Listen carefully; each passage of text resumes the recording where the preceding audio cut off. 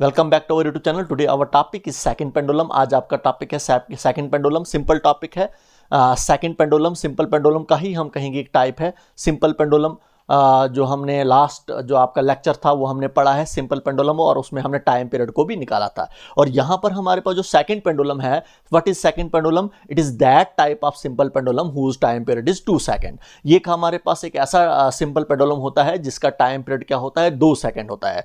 तो what is time period? Time period क्या होता है? Time taken by particle or time taken by simple pendulum to complete its one vibration. एक vibration complete करने में जितना टाइम लगता है उसको कहा जाता है टाइम पीरियड। और यहां पर जो आपका जो सिंपल पेंडुलम होता है इसमें टाइम पीरियड कितना होता है? हमारा 2 सेकंड होता है। तो देखिए यहां पर आपको टाइम पीरियड की बात करूंगा। जैसे हमारे पास एक सिंपल पेंडुलम है, इसको हम सेकंड पेंडुलम ही अब कहेंगे हम। ये स्ट्रिंग है और स्ट्रिंग के साथ एक एंड पर यहां पर एक पॉइंट मास लगा हुआ है, अटैच्ड है, जिसको हम बोलते हैं बॉब बोलते हैं उसको। और यहां पर थोड़ा सा फोर्स अप्लाई करूंगा तो हमारे पास ये वाली पोजीशन कौन सी होती है? इक्विलिब्रियम वाली पोजीशन होती है जिसको मीन पोजीशन कहा जाता है। तो फिर हमारा पार्टिकल मीन से एक्सट्रीम जाता है, एक्सट्रीम से मीन पर आ जाता है, फिर मीन से on either side of the extreme mean position के आइदर साइड पर चले जाता है। तो यहां पर भी आपके पास एक्सट्रीम पोजीशन और एक्सट्रीम पोजीशन पे फिर मेन पोजीशन पर वापस आ जाता है। और इस तरीके से हमारे पास क्या होता है? सिंपल पेंडुलम जो है वो मूव करता है। तो देखिए यहां पर हमारे पास टाइम पीरियड क्या होता है? टाइम पीरियड सबसे पहले आपको बोलूंगा मैं, एक वाइब्रेशन या एक साइकिल कंप्लीट करने में जितना टाइम लगता है उसको टाइम पीरियड कहा जाता है। जैसे हमारे पास जब पार्टिकल मीन से एक्सट्रीम जाएगा, एक्सट्रीम से फिर मीन पर वापस आ जाएगा, फिर मीन से एक्सट्रीम पर चले जाएगा और एक्सट्रीम से मीन पर वापस आ जाता है, तो एक वाइब्रेशन एक साइकिल कंप्लीट हो जाता है।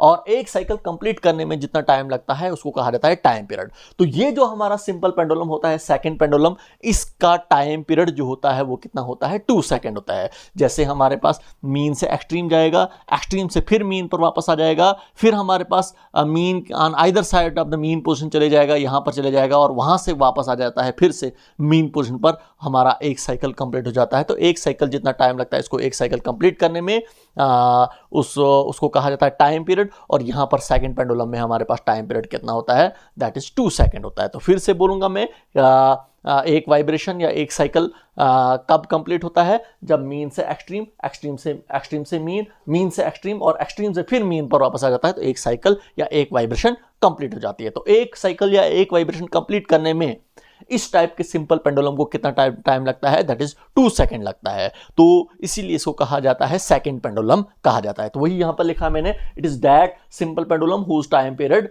Of vibration is 2 second. तो यहां पर हमारे पास 2 सेकंड हमारे पास क्या होता है? टाइम पीरियड ऑफ वाइब्रेशन जो होता है वो 2 सेकंड होता है। तो देखिए वी नो दैट हमारे पास जो है, हमने लास्ट लेक्चर जो हमने पढ़ा था, सिंपल पेंडुलम वाला लेक्चर हमने पढ़ा था, वहां पर हमने टाइम पीरियड निकाला था सिंपल पेंडुलम का।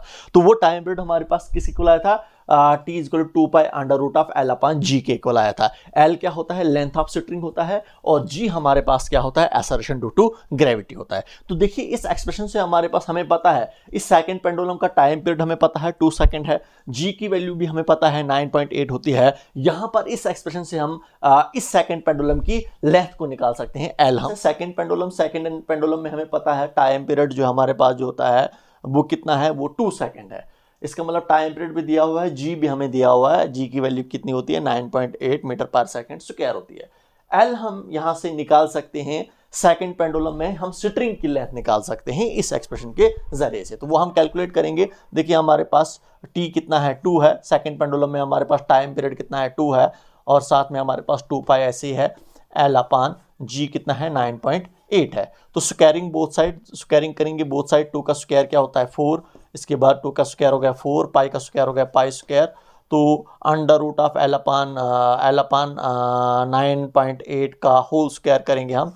Under root of L upon 9.8 का होल स्क्वायर करेंगे हम, क्योंकि स्क्वायरिंग करनी है both side. Square and square root get cancelled, 4 get cancelled, 1 is equal to pi square into L upon 9.8 आपके पास यहां पर आ रहा है, क्योंकि स्क्वायर और स्क्वायर रूट कैंसिल हो गया।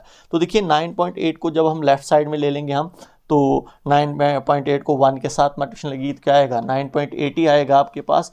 That is equal to pi square L आपके पास आ रहा है। तो यहां पर मैं क्या कर सकता हूं? मैं एल निकाल सकता हूं। एल कितना आ जाएगा? 9.8 डिवाइडेड बाई पाई स्क्वायर। सीधा करके लिखूंगा तो L is equal to 9.8 divided by pi square, pi की जगह पाई की वैल्यू को लिखूंगा मैं 3.14, इसके ऊपर स्क्वायर है तो स्क्वायर ले लिया मैंने।